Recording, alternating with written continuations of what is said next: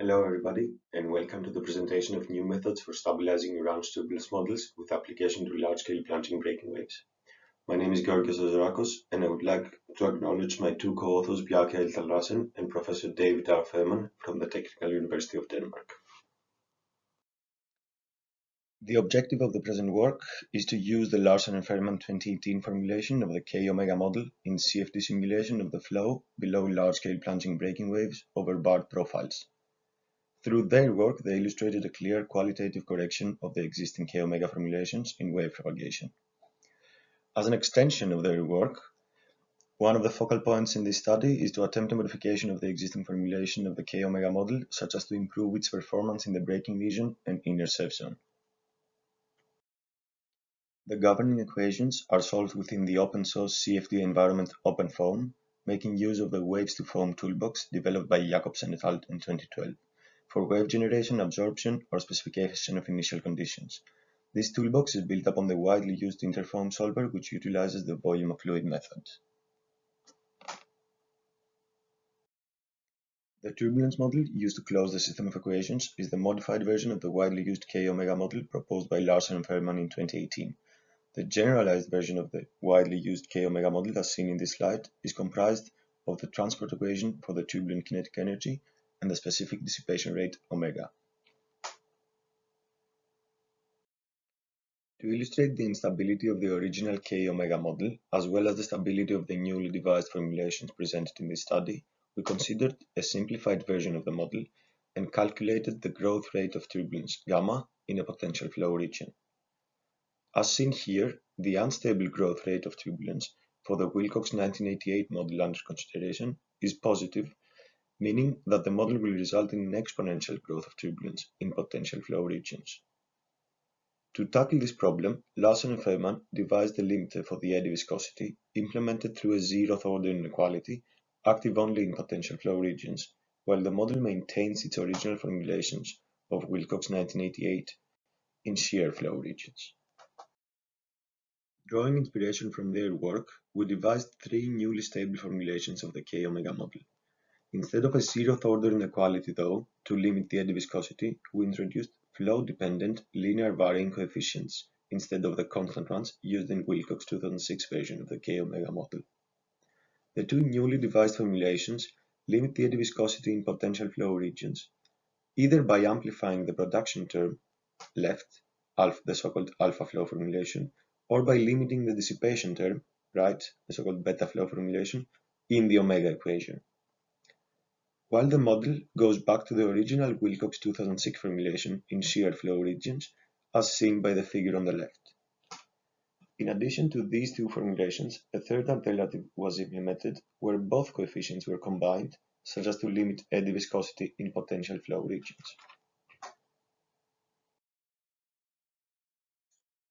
The model has already been proven successful in the simulation of the small-scale spilling breaking wave experiment of Timmy and Kirby in 1994, which can be considered a benchmark for computational safe zone studies. In this study, the model has been used to simulate large-scale plunging breaking waves over a fixed bar. As a test case, the large-scale wave flume experiment of Van der Raa et al. Has been considered, where they studied hydrodynamics of breaking waves over a fixed bar. The choice of this experiment was made due to the high spatio-temporal resolution of the measurements. As shown in the lower panel of the figure, velocities were measured at 12 crosshair locations along the bar.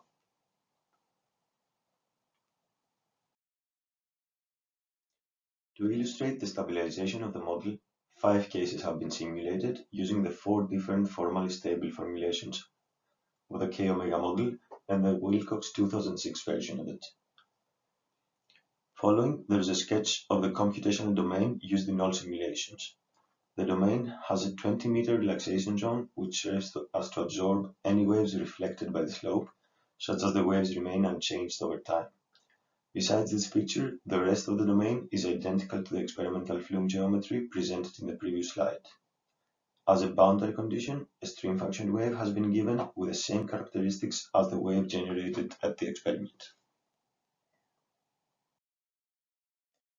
In the figure, computed snapshots of the instantaneous surface elevation and eddy viscosity from all 5 models are presented. The snapshots are taken after 100 wave periods of simulation to ensure steady-state conditions with the wave right at breaking, such as to make the location of the surf zone evident, in all cases directly comparable. From the figure, it is obvious to see that the Wilcox 2006 K-omega model, upper panel, results in uniformly high eddy viscosity in the entire domain, even in the pre-breaking region, where turbulence should be confined in the two boundaries of the domain, namely the free surface and the bottom.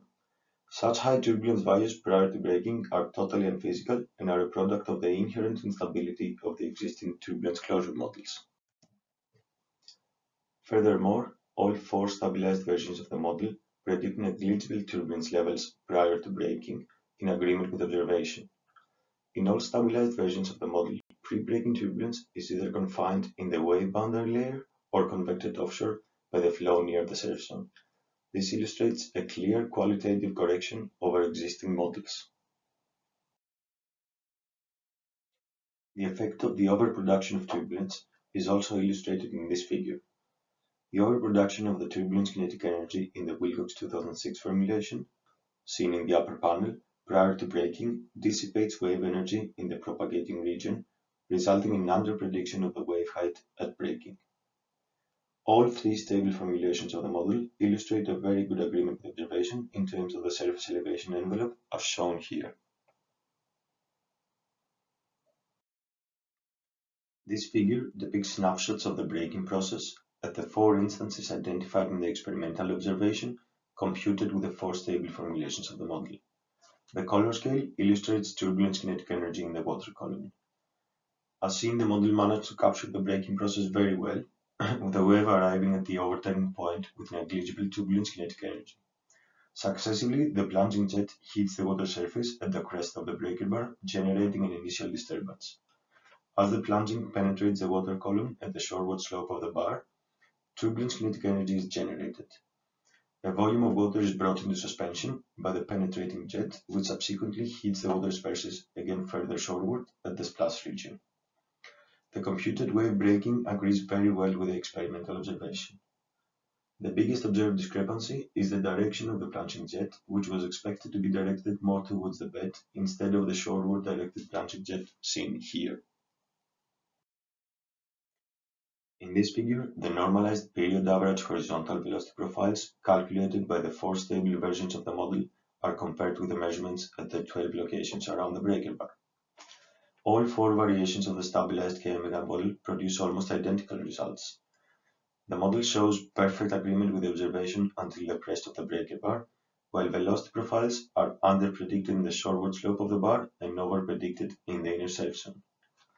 This discrepancy is sought to originate by the fact that breaking-generated turbulence fails to reach the bed, in contrast to the experimental observation, which would increase flow resistance, leading to stronger undertow profiles. The overestimation of the undertow profiles in the inner surf zone is due to the higher velocities at the surface. The model generates a larger, faster bore propagating onshore compared to the experimental observation, which has to be compensated by stronger undertow, promoting the exaggeration in the inner surf zone. In this figure, the turbulence kinetic energy profiles calculated from all stable formulations of the model are compared with the experimental observations in the 12 locations around the breaker bar. Similar to the velocity profile comparisons, the model shows very good agreement with the experimental observations until the crest of the breaker bar, where it starts to deviate. Again, the discrepancy is sought to originate from the fact that in the model, breaking-generated turbulence fails to reach all the way to the bed, which is the case in the experimental observations. Furthermore, the three newly implemented formulations yield slightly better agreement with the measurements prior to breaking compared to the Larsen and Fuhrman formulation. From the shoreward slope of the bar to the inner surf zone, the results from all four model formulations are almost identical. The influence of the lambda-1 shear stress limiter, which was originally devised by Mentor in 1994 to account for an overproduction of turbulence in high-strain flows, and then incorporated by Wilcox in 2006 in his version of the K-omega model, is studied. The reason for this is an attempt to propagate the model from the pre-breaking zone, where it has proven to yield accurate predictions, further towards the inner surf zone. The 5 cases presented in the table are used to investigate the effect of varying the stress limiter. The choice of the Larsen and Fuhrman 2018 formulation for this investigation was made because it has already been proven to perform very well in the pre-breaking region, which should be considered a prerequisite of turbulence closure models aiming to study the flow under breaking waves. All models performed very well in predicting both the horizontal location of the breaking point and the surface elevation, as well as the subsequent decay of wave heights in the interception. Additionally, all models with a non-zero stress limiter saw similar wave-to-wave variability, while case 1, where the limiter is set to 0, shows very little to none wave-to-wave variability in the interception. This distinct deviation of this case from the rest of the models after further inspection is attributed to the fact that waves in this case were not even breaking properly. The large eddy viscosity computed in the crest of the overturning wave resulted in turbulent dissipation of the wave energy at the overturning point instead of a proper plunging breaking sequence. The failure of the waves to properly plunge when the limiter is set to 0 leads to very small deviation in the surface elevation of successive waves in the surf zone. Conversely, when the limiter is larger than 0, plunging breaking occurs, introducing large variability and resulting in a more dynamic surf zone. This figure provides a very clear qualitative illustration of the effect of the stress limiter has on the breaking sequence of the wave. As seen, a high value of the limiter restricts turbulence production more, thus allowing for the wave to maintain its shape and form further close to the plunge point. This is clearly illustrated by the upper panels in the figure, where the wave is able to maintain its form and shape very well up to the plunge point. This leads to a strong plunge on the water surface in front of the wave, resulting in a very intense plunge region and a large surface roller. If the limiter is set to 0, however, which is the case in the lower panel, the wave deteriorates that much at the overturning point due to the overproduction of turbulence in this highly strained region that does not even plunge. Since no plunge occurs, most of the energy of the wave is dissipated into turbulence in the overturning of the wave, not allowing for turbulence to spread in the water column and successfully get convected further offshore by the undertow profile.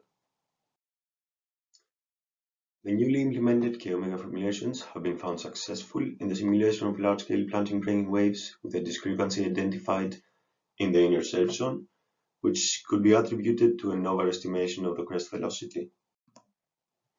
No clear solution has been found to the issue, however, which is thought to be a formulation allowing for transition between turbulence production and dissipation dominating regions could be the key to the overproduction of turbulence after the breaking point.